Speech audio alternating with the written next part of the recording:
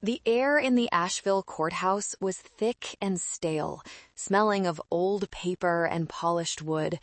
It was the kind of air that felt heavy in your lungs, each breath a conscious effort. Sunlight, sliced into clean, sharp bars by the tall windows, cut through the gloom, illuminating a universe of dancing dust motes. I sat on a bench so hard it felt like it was pressing bruises into my bones. My hands clenched together in my lap. My knuckles were white. Across the aisle sat my sister, Chloe. She was a masterpiece of calculated sorrow. Dressed in a modest navy blue dress, her blonde hair pulled back in a simple, elegant twist, she looked like a woman wronged by the world. A single, perfect tear traced a path down her cheek, and she dabbed at it with a delicate embroidered handkerchief.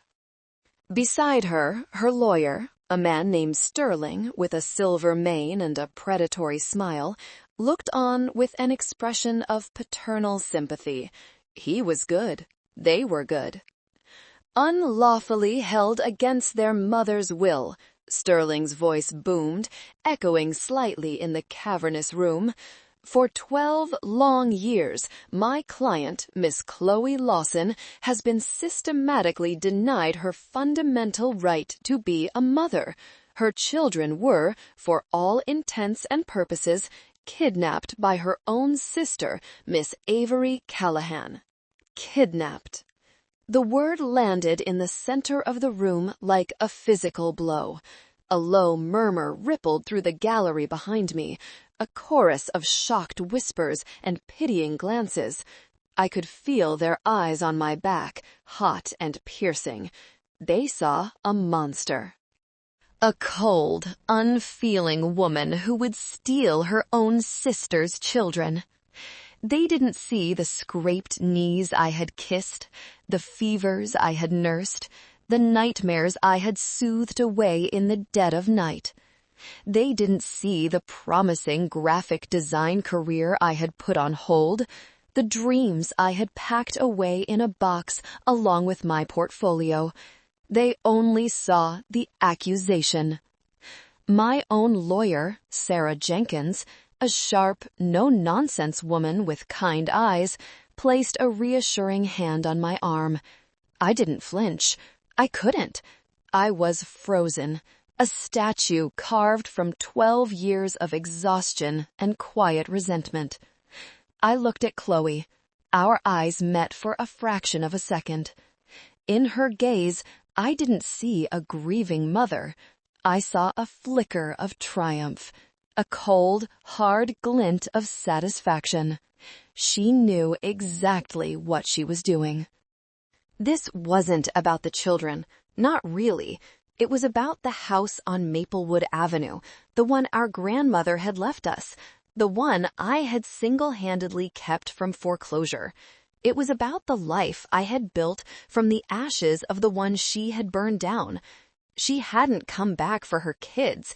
She had come back for an inheritance.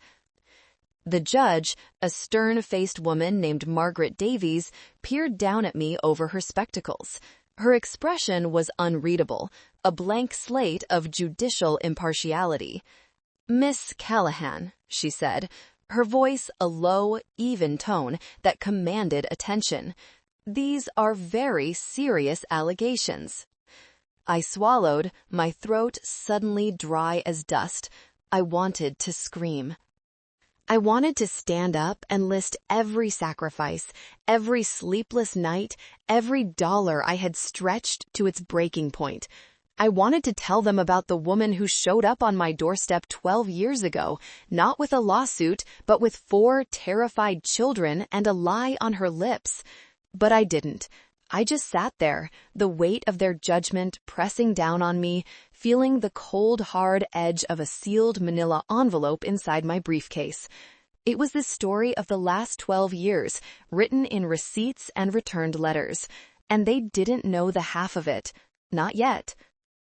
The memory is so vivid, it feels like it happened yesterday. It was a Tuesday in September, the kind of damp, restless afternoon in Asheville where the sky is the color of a fresh bruise and the pine trees rattle like old bones. I was 23, and my life was finally starting to feel like my own. My tiny graphic design business was taking off. I had just landed a major freelance contract with a boutique hotel downtown. My apartment, the small second-floor unit I had poured all my savings into, was filled with sketches and color swatches. The air smelled of potential and fresh brewed coffee. I was hunched over my drafting table, the glow of the lamp a warm circle in the encroaching twilight, when the doorbell shrieked. Not a polite chime, but a frantic, insistent buzz that spoke of panic. I remember feeling a flash of annoyance. I was in the zone, the design flowing from my mind to my fingertips. When I opened the door, the annoyance evaporated, replaced by a cold, prickling sense of dread. It was my sister, Chloe. She looked like she had been dragged through the storm that was brewing outside. Her mascara was running, her usually perfect hair was plastered to her forehead, and her eyes were wild and wild. But it wasn't her appearance that shocked me. It was what stood behind her. 4 small figures huddled together on my welcome mat like drenched little birds. Leo, 8, clutching a worn-out backpack, his eyes sharp and confused. Alara, 6, her face buried in a soggy stuffed rabbit. Lucas, just 4, tugging on my jeans and asking for juice. And little Noah, barely 2, whimpering in a stroller that looked like it was about to fall apart. "Just 1 hour, Avery." Chloe's voice was a brittle whisper over the hiss of the rain. "I swear, I need to sort something out. Just 1 hour." She didn't wait for an answer. She shoved a flimsy, half-empty diaper bag into my arms, the straps tangled like vines. It felt weightless, a hollow promise. Before I could form a question about allergies or bedtimes or where in God's name she was going, she had turned on her heel. "Chloe, wait," I called out, my voice swallowed by a sudden clap of thunder. But she was already in her car, a beat-up sedan that sputtered to life. The engine roared, a sound of desperate escape. And then she was gone, leaving nothing but the squeal of tires on wet asphalt and 4 pairs of terrified eyes staring up at me. The porch light flickered, casting long, dancing shadows. My heart was pounding, my mind still in work mode. But this wasn't a design problem. This was a crisis. I ushered them inside, into the warm yellow glow of my kitchen. The kettle was whistling on the stove, a sound from another life, my life, which had just been paused indefinitely.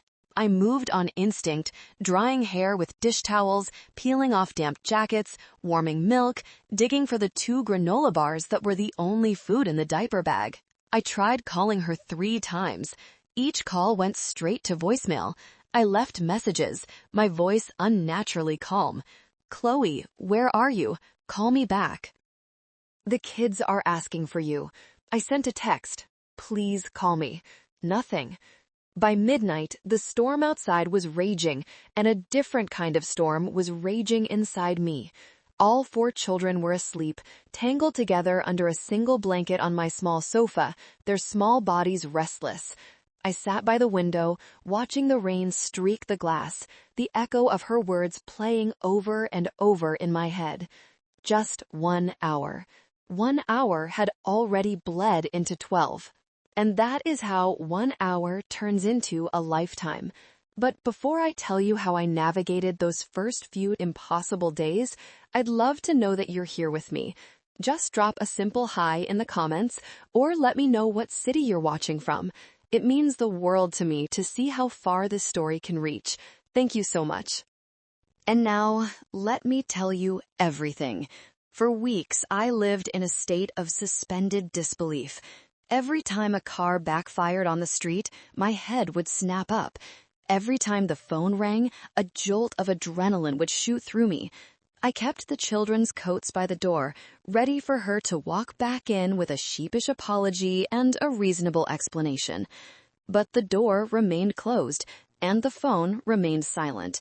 The 1 hour stretched into a week, then a month, then a season.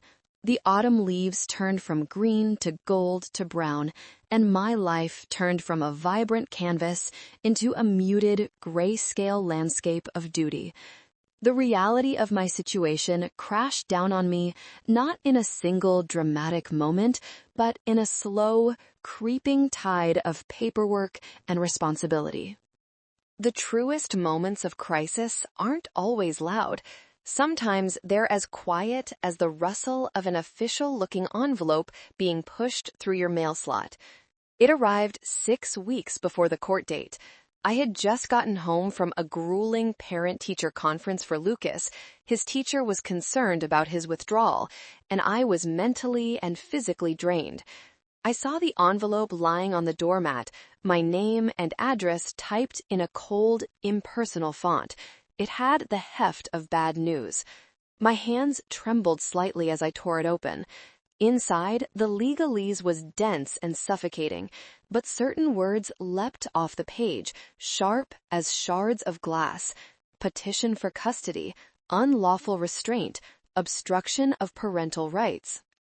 It was a formal declaration of war, a legal document that twisted my 12 years of sacrifice into a crime. It claimed I had maliciously kept the children from their mother. It painted me as a villain. My breath caught in my chest. I sank onto the bottom step of the staircase, the papers shaking in my hand. It was one thing to know Chloe was coming for me. It was another to see it written in the unforgiving language of the law. Then my phone buzzed. It was my mother.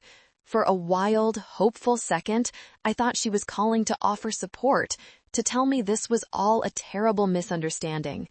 I was wrong. "Avery, darling." Her voice was smooth, laced with that gentle, coercive tone she always used when she wanted something. "Your father and I just spoke with Chloe. She's heartbroken. She just wants her children back." I couldn't speak. A lump of ice formed in my throat.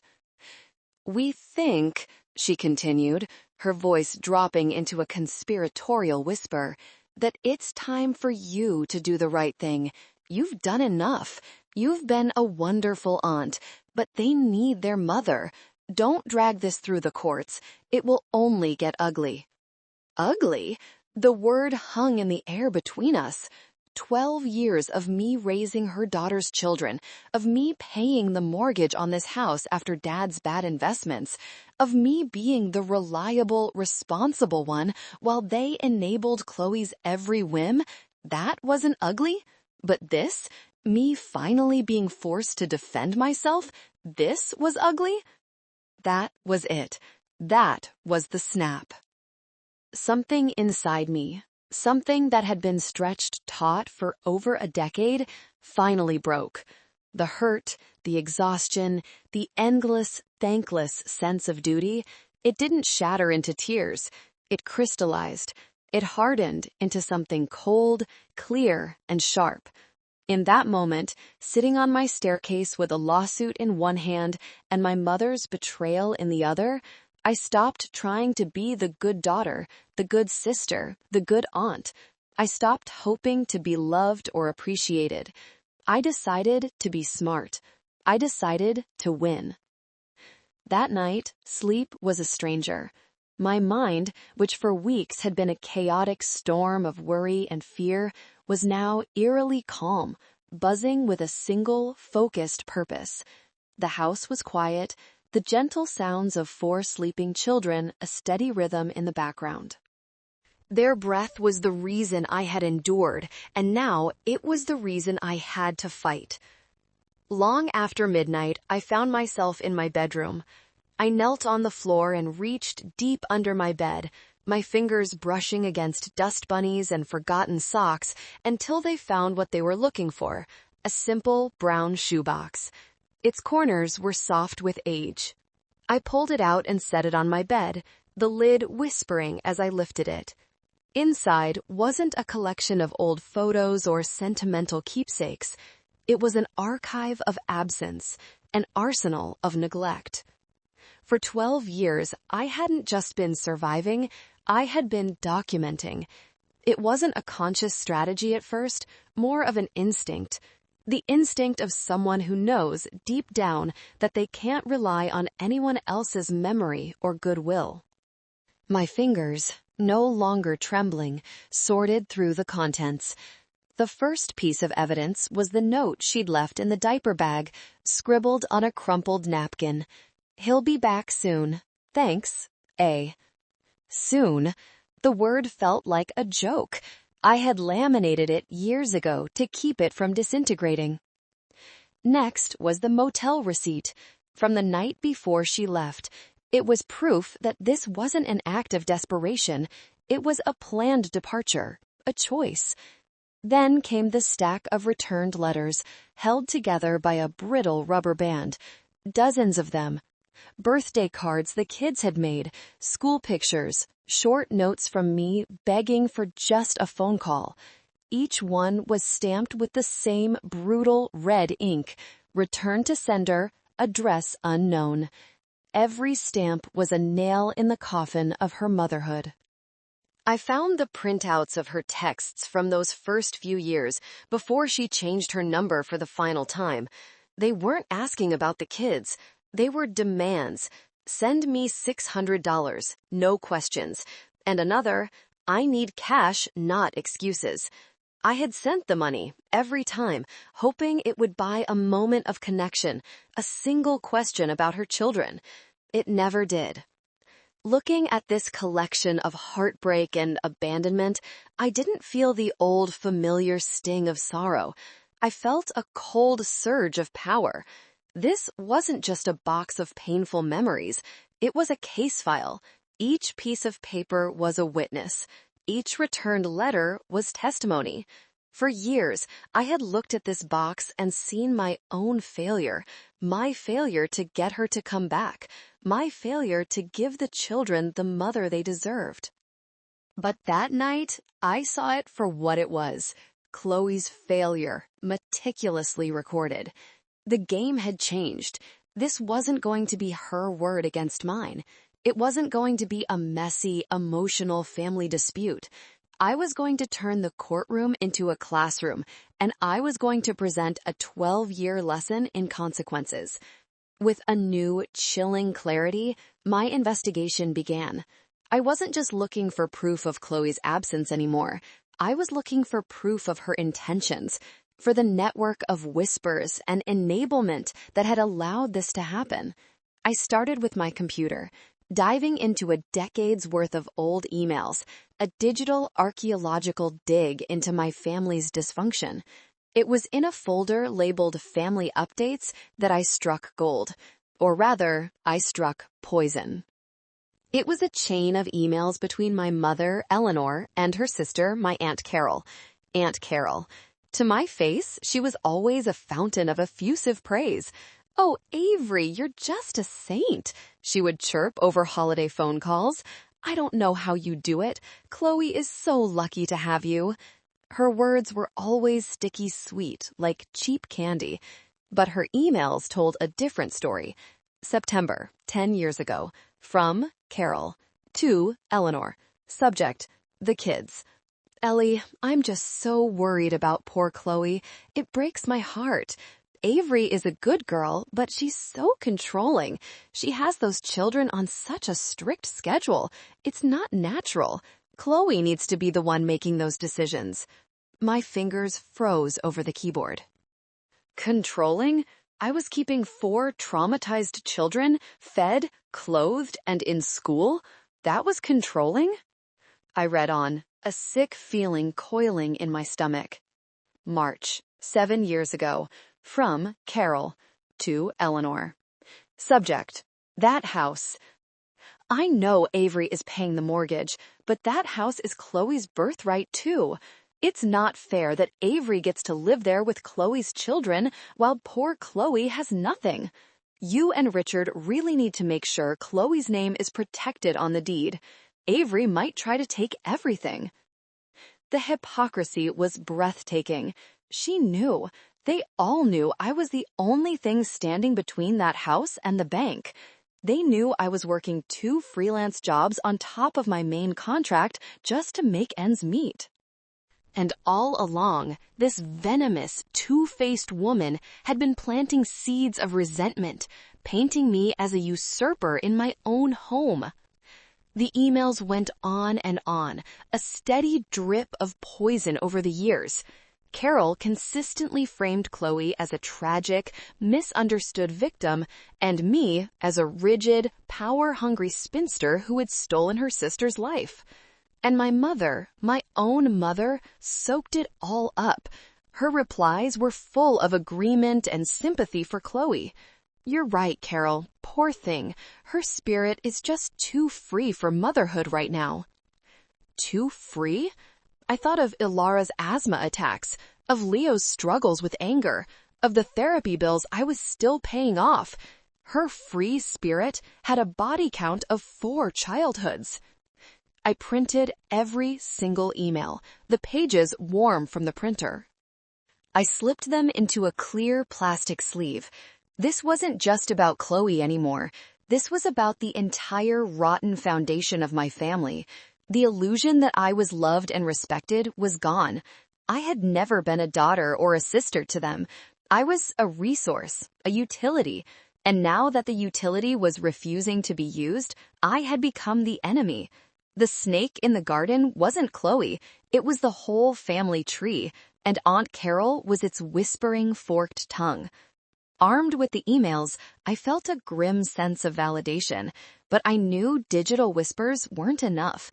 I needed human witnesses, people who had seen my life for the past 12 years, not through the distorted lens of family loyalty, but with their own 2 eyes. My first thought was Brenda. Brenda had been a friend of my mother's for 40 years, a fixture at every family gathering, a woman who had known me since I was born. She lived just a few blocks away, and in those first chaotic years after Chloe left, she had been a frequent visitor. She had seen me at my worst, hair unwashed, dark circles under my eyes, trying to soothe a crying Noah while simultaneously helping Leo with his multiplication tables. She would bring over casseroles and shake her head, sighing, "Oh, you poor thing. You're a better woman than I am." I thought, if anyone would stand up for me, it would be Brenda. She had seen the truth. I called her and asked if we could meet for coffee. We met at a small cafe downtown, the same one where she had once held my hand and told me I was an angel. I laid out the situation, my voice low and steady. I told her about the lawsuit, about the kidnapping accusation. I didn't show her the emails. I didn't want to poison the well. I just wanted her to tell the court what she had seen. She stirred her latte, her gaze fixed on the swirling foam. She didn't look at me. The silence stretched, thick and uncomfortable. "Avery," she finally said, her voice barely a whisper. I can't." "You can't?" The words felt foreign. "What do you mean you can't? You were there, Brenda. You saw it all." "It's not that simple," she mumbled, finally flicking her eyes up to meet mine. They were filled with pity and something else I couldn't quite place. Fear. "Your mother called me. She explained the situation. This is a family matter." "A dispute between sisters. I can't get in the middle of it." "In the middle of it?" My voice rose, attracting the attention of the table next to us. "Brenda, she's accusing me of a crime. She's trying to take the children. There is no middle. There is the truth, and there is a lie." "I'm so sorry, dear," she said, placing a few dollars on the table for her coffee. "I just can't. Your parents, they're my oldest friends. I can't betray them." She stood up and walked away, leaving me sitting there with my cold coffee and a fresh, gaping wound. It wasn't just a refusal to help, it was a choice. She had chosen to stand with my parents, with the lie, because it was easier. It was less messy. She had seen me drowning for years, and now that my abusers were trying to hold my head under for the last time, she decided to turn her back so she wouldn't have to watch. The betrayal was profound. deeper in some ways than that of my parents. I had expected them to fail me. I had never expected it from Brenda. It was a bitter lesson. Sometimes the silence of a friend is louder and more painful than the shouting of an enemy. I left the cafe knowing I was more alone than I had ever realized. The encounter with Brenda left me shaken, but it also hardened my resolve. If the living were too cowardly to speak the truth, maybe I could find it among the dead. My first meeting with my lawyer, Sarah Jenkins, took place in her quiet, book-lined office. After I poured out the whole sordid story, from Chloe's disappearance to Brenda's betrayal, she listened patiently, her expression thoughtful. "This is a classic case of emotional manipulation and entitlement," she said, her voice calm and firm. "They're counting on you to be the same dutiful, accommodating Avery you've always been. We're not going to let that happen. We need to fight fire with fire, but our fire will be made of facts and documents. I want to see everything, Avery. Bank statements, school records, medical bills, and any family legal documents you have.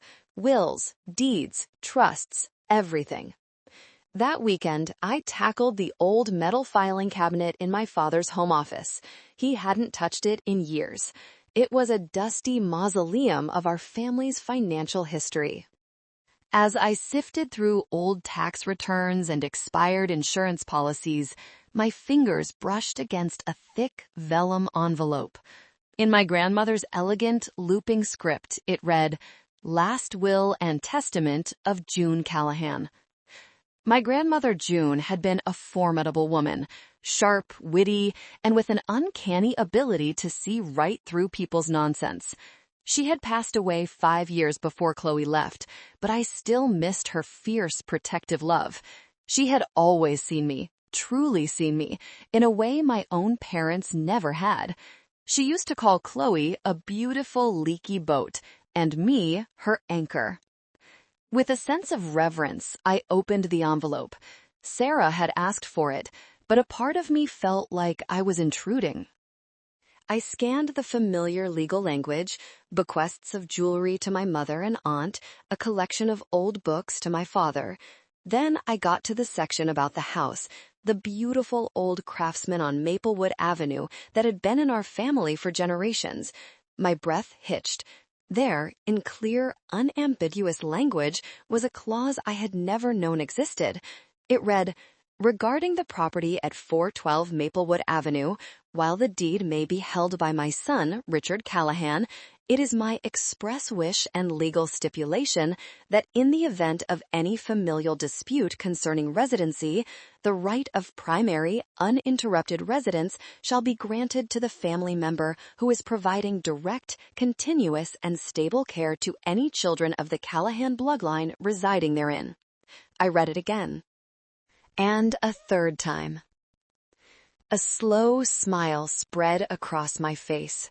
My grandmother, from 5 years in her grave, had just reached out and handed me a shield.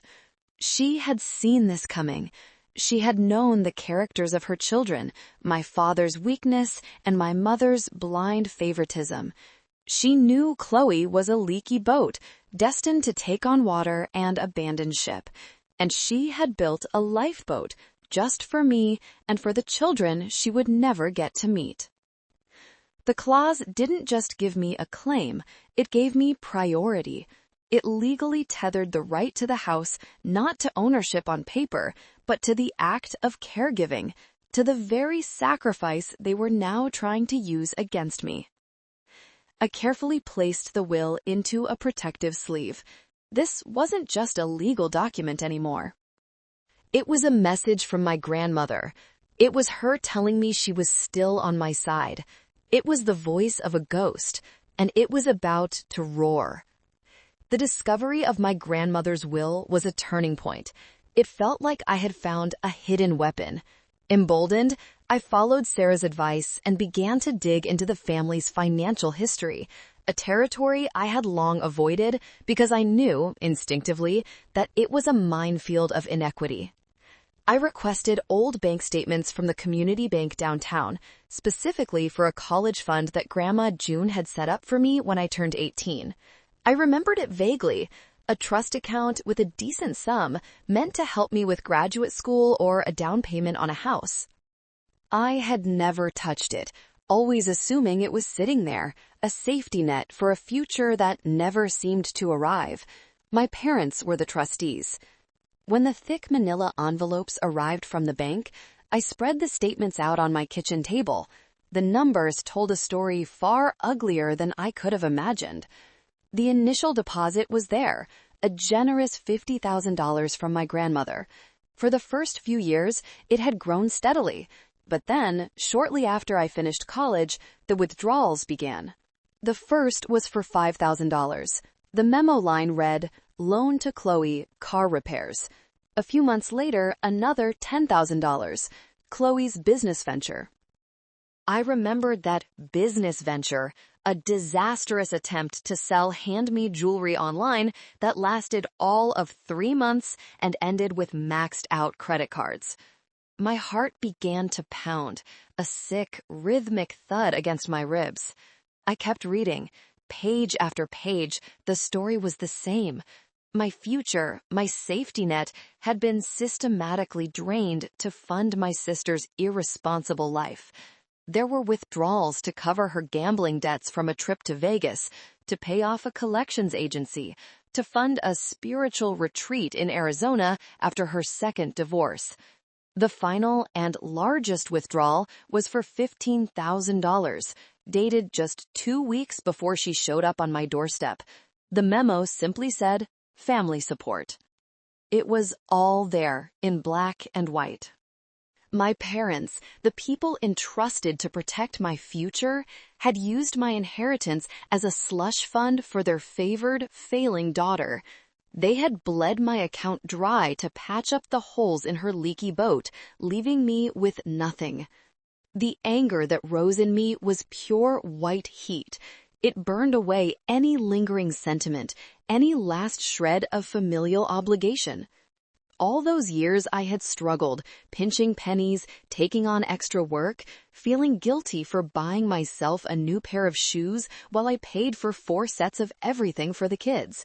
All that time, there should have been a cushion, a fund that was legally and morally mine, but it had been stolen, not by a stranger, but by my own parents, to prop up the very person who had destroyed my life.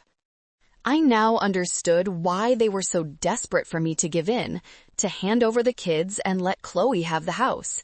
It wasn't just about enabling her, it was about covering their own tracks.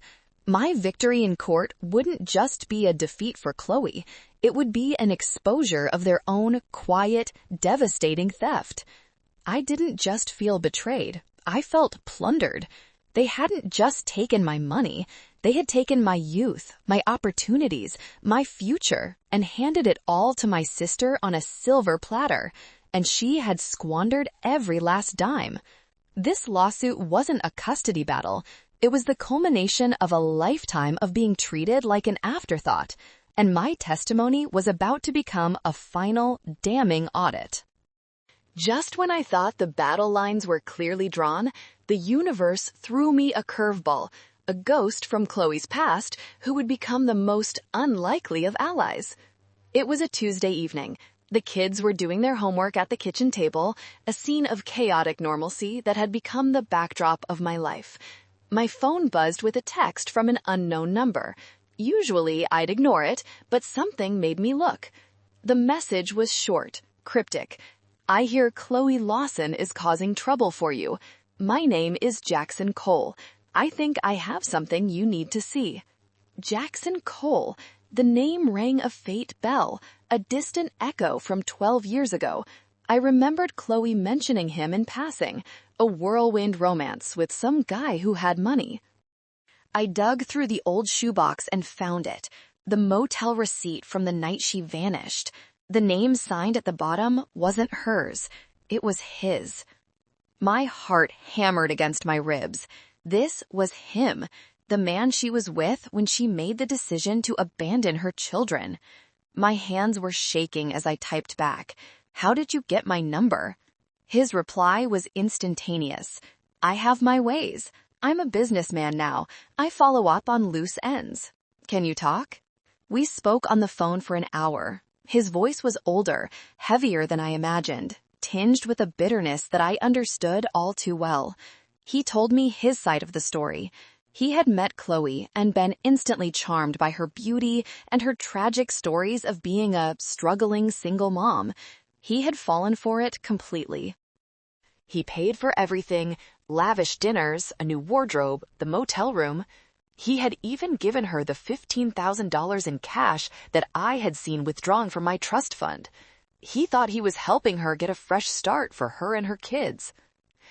"She told me you were an abusive, controlling sister," Jackson said, his voice laced with self-disgust. "She said you were trying to take the kids from her, that she needed money to hire a lawyer and get away from you. She spun this whole tale." The night she left, he told me, she had been celebrating. She thought he was going to whisk her away to a new life in California. But when he started asking practical questions about how they would move the children, her story began to fall apart. He realized she had no intention of bringing them. She just wanted his money. When he confronted her, she flew into a rage, took the cash she had given her, and disappeared the next day, leaving him with the motel bill and a profound sense of having been played. "I was a fool," he said quietly. "But I'm not a fool anymore. I heard through the grapevine she was back in town, suing you. That woman is a parasite, Avery. She doesn't deserve those kids, and she sure as hell doesn't deserve to win." Then he dropped the bombshell. That night at the motel, she was drunk and gloating. She made a video on her phone to send to a friend, bragging about her new life. She sent it to me by mistake. I kept it. All these years, I kept it. It's pretty damning. If you want it, it's yours. A chill went down my spine. A video. A 12-year-old recording that could either be a bluff or the single most powerful piece of evidence I could ever hope for. "Send it," I whispered, my voice hoarse. A few minutes later, a file downloaded to my phone. With trembling fingers, I pressed play. And the truth, in all its ugly, undeniable clarity, lit up the screen. The week before the trial was a blur of frantic preparation. Sarah and I spent hours in her office, organizing our exhibits, prepping my testimony, and mapping out our strategy. The video from Jackson Cole was our ace in the hole, a weapon of such devastating power that we decided to hold it back, to save it for the moment it would do the most damage. Chloe's side, meanwhile, was operating with the unshakable confidence of people who have never faced a real consequence in their lives. 3 days before our court date, Sarah received a call from Mr. Sterling. He was, he said, calling to offer a generous last-minute settlement to avoid further unpleasantness. Sarah put him on speakerphone so I could hear the sheer audacity for myself. "Here is what we propose." Sterling's voice was smooth as silk, dripping with condescension. "Miss Lawson is a forgiving woman. She is willing to forego any claim on the Maplewood Avenue property." I held my breath. For a second, a foolish, naive part of me thought they were actually backing down. "In exchange," he continued, "for full, immediate physical custody of the 2 younger children, Lucas and Noah. For the 2 older children, Miss Callahan may retain primary custody, but she will be required to pay Miss Lawson substantial child support, retroactive for the past 12 years. I almost choked. The room went silent. I looked at Sarah, whose eyebrows had disappeared into her hairline. They weren't offering a settlement. They were issuing a ransom note. They wanted to tear my family in half, take the 2 children who were still minors, and then force me to pay for the privilege of having raised the other 2. They wanted me to pay my own sister for the job she had abandoned. "Is this a joke?" I finally managed to say, my voice trembling with rage. Sterling chuckled, a low, patronizing sound.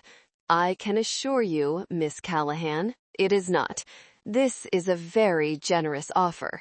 If this goes to court, we will not only get full custody of all 4 children, but we will also petition for the forced sale of the house and half of all your assets. This is your chance to walk away with something. I suggest you take it." The arrogance was staggering. They truly believed they held all the cards. They saw me as the same pushover I had always been, someone who would crumble under pressure to keep the peace. They had no idea who they were dealing with anymore. They had no idea about the box under my bed, the grandmother's will, the bank statements, or the video burning a hole in my digital files. "Tell Mr. Sterling," I said to Sarah, my voice now as cold and hard as steel, "that he and his client can go to hell. We'll see them in court." Sarah smiled, a thin, sharp smile. "With pleasure," she said, and took him off speakerphone. The call was a gift. It erased any lingering doubt, any shred of guilt I might have felt about what I was about to do. They weren't just misguided, they were cruel. They weren't just entitled, they were predatory. They had escalated this to the point of no return, and as they would soon find out, when you back a loving mother into a corner, she doesn't just fight back, she annihilates. The first day of the trial was exactly the kind of manipulative theater I had expected. Chloe and her team came out swinging, not with facts, but with a carefully crafted narrative designed to win the sympathy of the court. Chloe took the stand, her face a mask of tragic motherhood. She spoke in a soft, trembling voice, dabbing her eyes with that same handkerchief. She told a story of a young, overwhelmed mother who had made a terrible mistake. She claimed she had only asked her sister for a few days of help, and that when she tried to come back, I had turned her away. She told me the children were better off without me," Chloe sobbed, her shoulders shaking. "She said I was a bad influence. She poisoned them against me. Every time I tried to call, she would hang up. Every time I came to the house, she wouldn't let me in." Lie after lie tumbled from her lips, each one more audacious than the last. The room was captivated. I could feel the atmosphere shifting, the silent jury of public opinion in the gallery leaning in her favor. They saw a repentant mother, desperate to reconnect with her lost children. Then Sterling took over, presenting his evidence. He produced bank statements showing a handful of small money transfers from Chloe to me during the first year. They were for paltry sums, $50 here, $100 there. "Your Honor," Sterling proclaimed, gesturing to the papers as if they were the Magna Carta, "this is not the behavior of a woman who abandoned her children. This is the behavior of a mother, struggling, yes, but doing everything in her power to provide. A mother who was being systematically cut off by a jealous, controlling sister." He conveniently failed to mention that those transfers had stopped completely after the first 18 months, or that they were a tiny fraction of the thousands of dollars I had sent her at her demand. But in the theater of the courtroom, context didn't seem to matter as much as performance. My parents were next. My own mother took the stand and, without even looking at me, testified that I had always been possessive of the children, and that Chloe had cried to her on the phone for years, heartbroken about being kept away. My father just nodded along, a pathetic puppet confirming her every word. I sat there, stone-faced, while my entire life was being rewritten, while my character was being assassinated by the very people who should have been my staunchest defenders. A part of me wanted to crumble, to give in to the sheer weight of their betrayal. But I looked at my children, sitting in the front row behind me. Leo, his jaw clenched, his eyes burning with a fury that mirrored my own. Ilara, crying silently, her hands balled into fists in her lap. And I knew I couldn't break. Their pain was my fuel. Their silent strength was my armor. This was just Act 1 of their play. They didn't know that my Act 2 was coming, and it wasn't going to be a tragedy. It was going to be a reckoning. Chloe and her team seemed confident, buoyed by their performance the day before. They thought they had established their narrative. Today, it was our turn to tear it down, brick by brick. Sarah Jenkins was calm, methodical, her demeanor a stark contrast to Sterling's showmanship. She began not with emotion, but with facts. Her first witness was Dr. Maya Sharma, the children's pediatrician for the past 12 years. A kind, professional woman in her 50s, Dr. Sharma walked the court through a decade of medical records. On every intake form, every emergency contact sheet, every vaccination consent, she stated, her voice clear and unwavering, the guardian listed is Avery Callahan. In 12 years, I have never once met or spoken to Miss Chloe Lawson. Miss Callahan was the one who sat up all night with Ilara during her asthma attacks. She was the one who brought Lucas in for stitches after he fell off his bike. She was, in every sense of the word, their primary caregiver. Next came the principal of the local elementary school, a man who had known the family for years. He testified to my perfect attendance at every parent-teacher conference, my volunteer work at the school bake sale, my tireless advocacy for Leo when he was struggling with a learning disability. "And Miss Lawson?" Sarah asked. The principal shook his head. "Never seen her." Then came our surprise. Sarah called Mr. Henderson to the stand, our elderly neighbor. He was a reluctant witness, but after seeing Chloe's performance on the first day, his conscience had gotten the better of him. He nervously adjusted his glasses and spoke in a soft, reedy voice. He told the court that he remembered me bringing the children home that first day. He also testified to seeing Chloe a few times over the years, not knocking on the door, but parked down the street in a series of increasingly expensive-looking cars. One time, about 4 years back, he said, I was out gardening. She rolled down the window of a shiny new convertible, didn't ask how the kids were, didn't ask about Avery. She asked me one question. Do you know whose name is on the deed to that house? A gasp went through the gallery. Sterling jumped to his feet to object, but the damage was done. Mr. Henderson's testimony painted a clear picture. Chloe's interest wasn't in her children's welfare, but in her financial stake in the property. Each witness was a chisel, chipping away at the marble facade of Chloe's victimhood. The narrative was starting to crumble. The sympathy in the room was slowly being replaced by something else, doubt. I watched my sister's face. The serene mask of sorrow was starting to crack. A flicker of panic appeared in her eyes. She was losing control of the story, and we were just getting started. With the foundation of Chloe's narrative weakened by the witnesses, Sarah moved in for the next phase of the assault. It was time to let the paper trail speak for itself. She walked to our table and picked up the old shoebox, placing it on the evidence table with a quiet thud that seemed to echo in the silent room. Your Honor, Sarah began, Mr. Sterling has tried to paint a picture of a mother desperate for contact. We would now like to present evidence that tells a very different story. She started with the returned letters. One by one, she presented them as exhibits.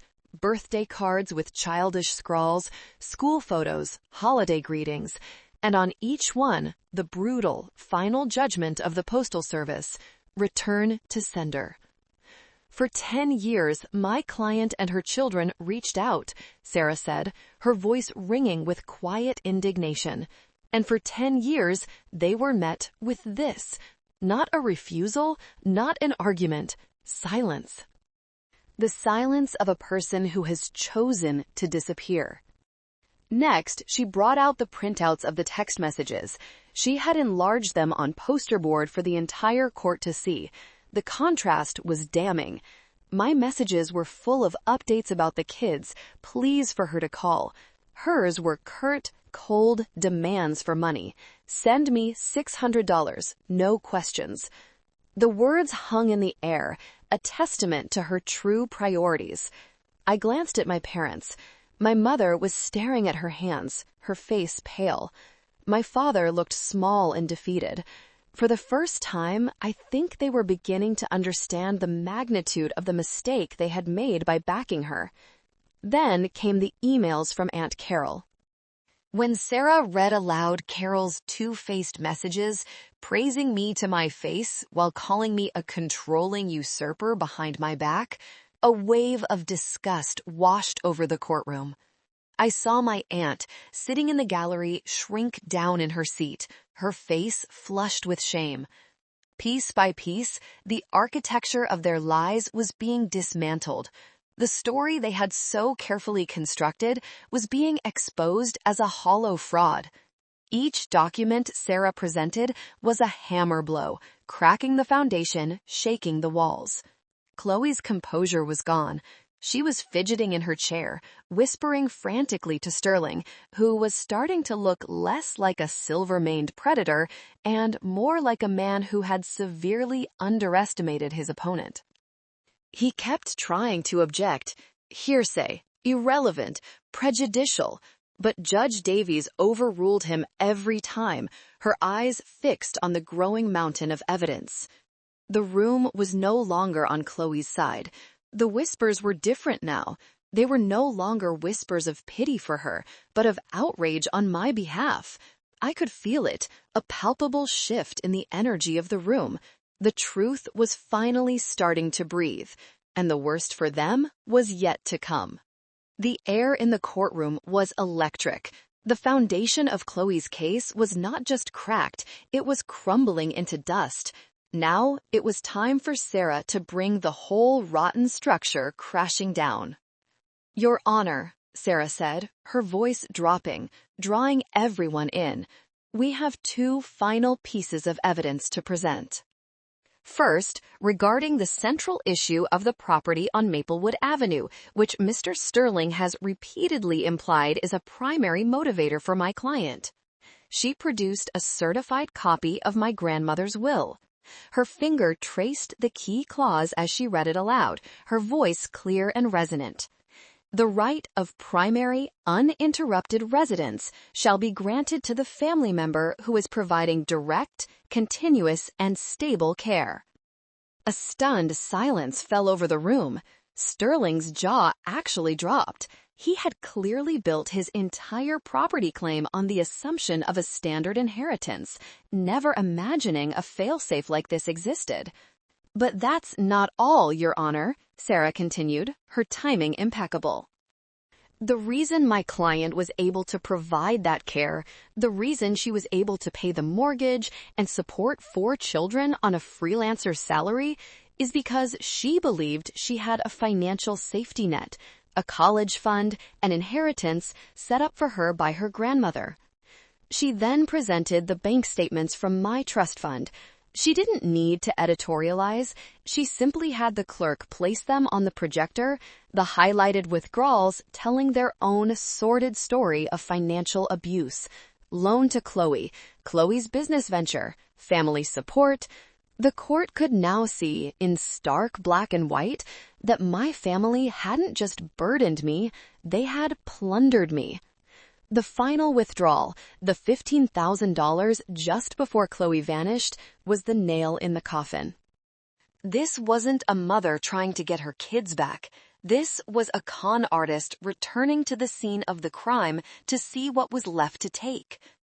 My parents looked like they had seen a ghost. My mother's face was ashen. This was their secret shame, their quiet betrayal, now exposed for the entire town to see. And then Sarah delivered the coup de grace. Finally, Your Honor, the petitioner has claimed that she was a heartbroken mother who desperately wanted to be with her children. The defense would like to call our final witness, Mr. Jackson Cole. Jackson walked to the stand, confident and composed. He swore his oath, and then Sarah asked him to describe the night Chloe left. He told the story exactly as he had told it to me. And then Sarah said, "Mr. Cole, you mentioned a video. Do you have it with you?" "I do," he said, handing a USB drive to the bailiff. The courtroom held its breath. The video flickered to life on the large screen. And there she was, my sister, 12 years younger, her face flushed with alcohol, a champagne flute in her hand. She was laughing, a cruel, careless sound that filled the silent room. "I'm done," she slurred, grinning into the camera. "I'm finally done with the kids. Avery can deal with them. She's good at that stuff anyway. I just need money to live my life, to be free." The silence that followed her laughter was absolute, a vacuum that sucked all the air out of the room. Gasps rippled through the gallery. Leo's hands were clenched into white-knuckled fists. Ilara buried her face in her hands, her body shaking with silent sobs. My heart broke for them, for the brutal, final destruction of any lingering childhood hope they might have held. Judge Davies's gavel struck the bench, a sharp crack in the stillness. Her eyes, filled with a cold fury, were locked on me. "Miss Callahan," she said, her voice low and piercing through the silence. "Do they know about this?" The question hung in the air, a moment of pure, crystallized truth. The entire case, 12 years of pain and sacrifice, came down to this. I swallowed hard, leaned forward, and my voice, though just a whisper, seemed to echo through the chamber. Not yet. The silence that followed was the sound of a war being won. The silence hung in the courtroom, heavy as a shroud. The judge looked at me, her eyes filled with a profound understanding, and in that moment, I knew we had won. "Thank you for staying with me until this point. You are a patient and wonderful person. Please like this video and comment the number 1 below, just so I know you've journeyed with me this far. Your support is a tremendous encouragement, truly. Just comment with the number 1 and then listen as I tell you how it all ended." The video ended, but Chloe's laughing, mocking face seemed to be burned onto the screen, a ghostly afterimage of her own self-destruction. The courtroom, which had been buzzing with whispers, was now utterly, profoundly silent. The only sound was the soft, ragged sound of Ilara's weeping. Mr. Sterling was on his feet, sputtering, looking for an objection, a lifeline, but there was none. He was a captain on a ship that had already sunk, and he knew it. He slowly sat back down, his face pale and defeated. My parents looked like they had aged 20 years in the past hour. My mother was covering her face with her hands, while my father stared blankly ahead, his gaze empty. Aunt Carol had already slipped out a side door. The rats were fleeing. But my focus was on Chloe. The mask of the grieving mother had been ripped away, and what was left was ugly and raw. Her face was a twisted collage of shock, fury, and disbelief. She stared at the blank screen as if she couldn't comprehend how her own past had reached out to destroy her present. Her eyes darted around the room, looking for an ally, a friendly face, and finding none. She was utterly, completely alone in the wreckage she had created. Judge Davies let the silence hang for a long moment, allowing the weight of the truth to settle over everyone. Then she cleared her throat, and her voice, when she spoke, was like chipping ice. "Ms. Lawson," she said, her gaze pinning my sister to her chair. "In my 15 years on this bench, I have heard many stories of family strife. but rarely have I witnessed such a calculated, prolonged, and cruel campaign of abandonment and manipulation. She addressed Chloe directly, but her words were for the entire room. You do not get to abdicate your responsibilities for 12 years and then return. Not with apologies, but with accusations. You do not get to treat your sister as a free, indefinite babysitting service and then sue her for doing the very job you abandoned. And you certainly do not get to use your children as pawns in a transparent and disgusting attempt to seize property. This court finds your petition to be not only without merit, but frankly offensive. She then turned her attention to the legalities, her voice crisp and final. It is the judgment of this court as follows. Full and permanent legal and physical custody of Leo, Ilara, Lucas, and Noah Callahan is hereby granted to their aunt, Miss Avery Callahan. A collective sigh of relief went through the front row where my children sat. I reached back and squeezed Leo's hand.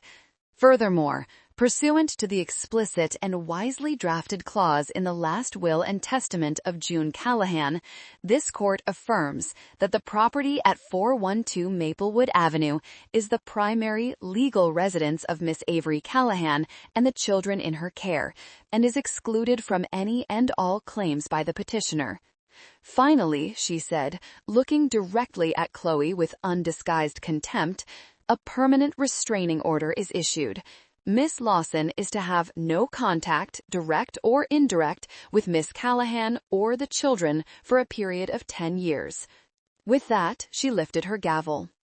It seemed to hang in the air for an eternity before it came down with a single, sharp, deafening crack. Crack.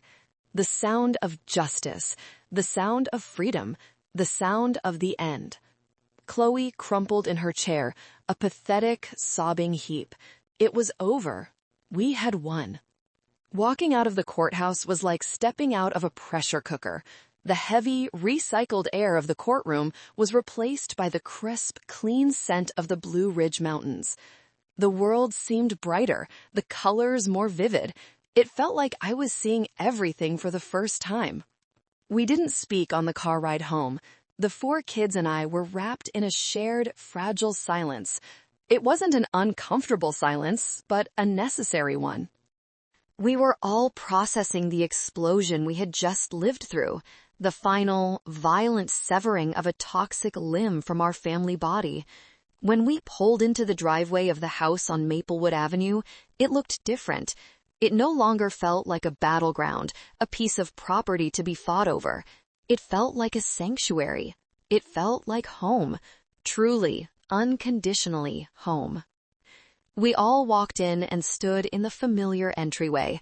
I dropped my briefcase and my keys on the small table, the clatter of metal on wood the only sound. And then the dam broke.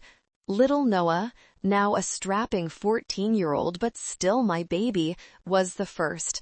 He wrapped his arms around my waist and buried his face in my shirt, his shoulders shaking. "We get to stay," he whispered, his voice muffled. "We really get to stay." Then Lucas, my quiet, artistic 16-year-old, joined the hug. Then Ilara, my fiercely emotional 18-year-old, her face still blotchy from crying. Finally, Leo, my 20-year-old rock, the one who had tried to be so strong for everyone, rested his chin on my shoulder, his own tears finally falling. We stood there for a long time, a 5-person island in the middle of our living room, holding on to each other. I cried with them. Not tears of pain or anger, but tears of pure, unadulterated relief. The weight of 12 years, the constant, low-grade fear of her return, the burden of being the sole protector, it all just lifted. It floated away, leaving behind a lightness I hadn't felt since I was 23. When we finally pulled apart, Leo looked me straight in the eye. His own were red-rimmed but clear. "You're not our aunt, you know," he said, his voice thick with emotion. My heart stuttered for a second, a flicker of the old insecurity. He must have seen the look on my face because he smiled, a real, genuine smile. "You haven't been for a long time. You're our mom." The other three nodded in agreement, their faces shining with a love and certainty that was more powerful than any court order. That one word, from them, was the only verdict that had ever truly mattered. They didn't just see me as a caregiver or a guardian, they saw me as I saw them, family, my family, whole and unbroken. 3 months later, the house on Maplewood Avenue was filled with a new kind of sound, the sound of peace. Summer had settled over Asheville, warm and gentle. The string lights I had hung in the backyard, the ones that had once illuminated my worried, lonely nights, now glowed over backyard barbecues and laughter. The transformation in the children was remarkable. It was as if a dark cloud that had been hovering over their entire lives had finally dissipated, allowing the sun to shine through. Leo, who had carried the weight of the world on his young shoulders for so long, was accepted into the engineering program at NC State. I found him one afternoon staring at the acceptance letter, a look of pure, unburdened joy on his face. "I can actually go," he said to me, his voice filled with wonder. "I don't have to worry about staying here to protect everyone anymore." Ilara's singing voice, once a quiet, tentative thing, now soared. She landed the lead solo in the community choir, her voice filling the old stone church with a clarity and power that brought tears to my eyes. The music she had kept locked inside was finally free. Lucas, who had been so withdrawn, blossomed. He enrolled in an after-school art program, and our refrigerator was soon covered in his vibrant, expressive paintings. He was smiling again, a real, easy smile that reached his eyes. And Noah, my youngest, made the varsity soccer team as a freshman. I watched from the bleachers as he scored his first goal, a powerful, confident shot. He turned, scanned the crowd until he found me, and pointed right at me, a huge grin on his face. In front of all his teammates, his friends, the world, he was claiming me. As for me, I reopened my graphic design business. The clients I thought I had lost all those years ago came back, and new ones followed. My work was sharper, more inspired than ever. I had forgotten how much I loved to create, to build something beautiful out of nothing. Word about Chloe and my parents trickled back through the town gossip mill. Chloe, buried under a mountain of legal debt and public shame, had moved to another state. The friends who had once flocked to her magnetic personality now avoided her calls. My parents had sold their house and downsized to a small condo on the other side of town. My mother tried calling a few times, her voice thick with a sort of self-pitying regret. I didn't answer. Forgiveness might come someday, but trust was a bridge they had burned to the ground. One evening, I found the old shoebox while cleaning out my closet. I held it for a moment, feeling the weight of the papers inside. It was a chronicle of pain, an archive of neglect, but it was also the story of our survival. I walked it out to the barbecue pit in the backyard, and one by one, I dropped the contents into the flames. I watched the motel receipt curl into ash, the returned letters turn black, the poisonous words of my aunt disappear into smoke. It wasn't about erasing the past, but about releasing its power over us. We didn't need the proof anymore. We were living it. Tonight, the air is cool and smells of pine and cut grass. The string lights in the backyard cast a soft, golden glow. Leo is home from his first semester at college, trying to teach Lucas a new chord on the guitar. Ilara is singing along softly, her voice harmonizing with the chirping of the crickets. Noah is kicking a soccer ball against the side of the garage, a steady, comforting rhythm. I'm sitting on the back porch steps, a cup of tea warming my hands, just watching them, watching my life, my real, hard-won, beautiful life. For 12 years, I thought my job was to be a shield, to absorb every blow, to protect them from the truth of the mother who had left them. I thought love meant silent sacrifice, endless accommodation, and shouldering a burden that wasn't mine to carry. I was wrong. The court battle taught me the final, most important lesson. True love isn't passive. It isn't just about protecting your family from the world. It's about teaching them and yourself how to demand respect from the world. It's about setting boundaries, not as walls to keep people out, but as lines that define your own worth. The greatest act of love I ever showed my children wasn't drying their tears or packing their lunches. It was showing them that we were worth fighting for. I lost the family I was born into. The sister, the parents, the aunt, they are strangers to me now, ghosts in a life I no longer live. But in their place, I built a new family, a better one. One forged in a storm and tempered in a fire, built not on the flimsy bonds of obligation, but on the unbreakable foundation of respect, loyalty, and a truth we all face together. The road here was harder than I could have ever imagined, but looking at them now, under the soft glow of the lights, I know with every fiber of my being that I would walk it all over again. Because justice doesn't always return what was stolen from you, but it sure does preserve what you built with your own two hands. Thank you so much for listening to my whole story. I truly, deeply appreciate it. If you would, please comment the letter A below, just so I know you are one of the special ones who made it all the way to the end. If you have any thoughts or feelings you want to share, please write them down. And don't forget to click on another video on our channel to enjoy the next story we have for you.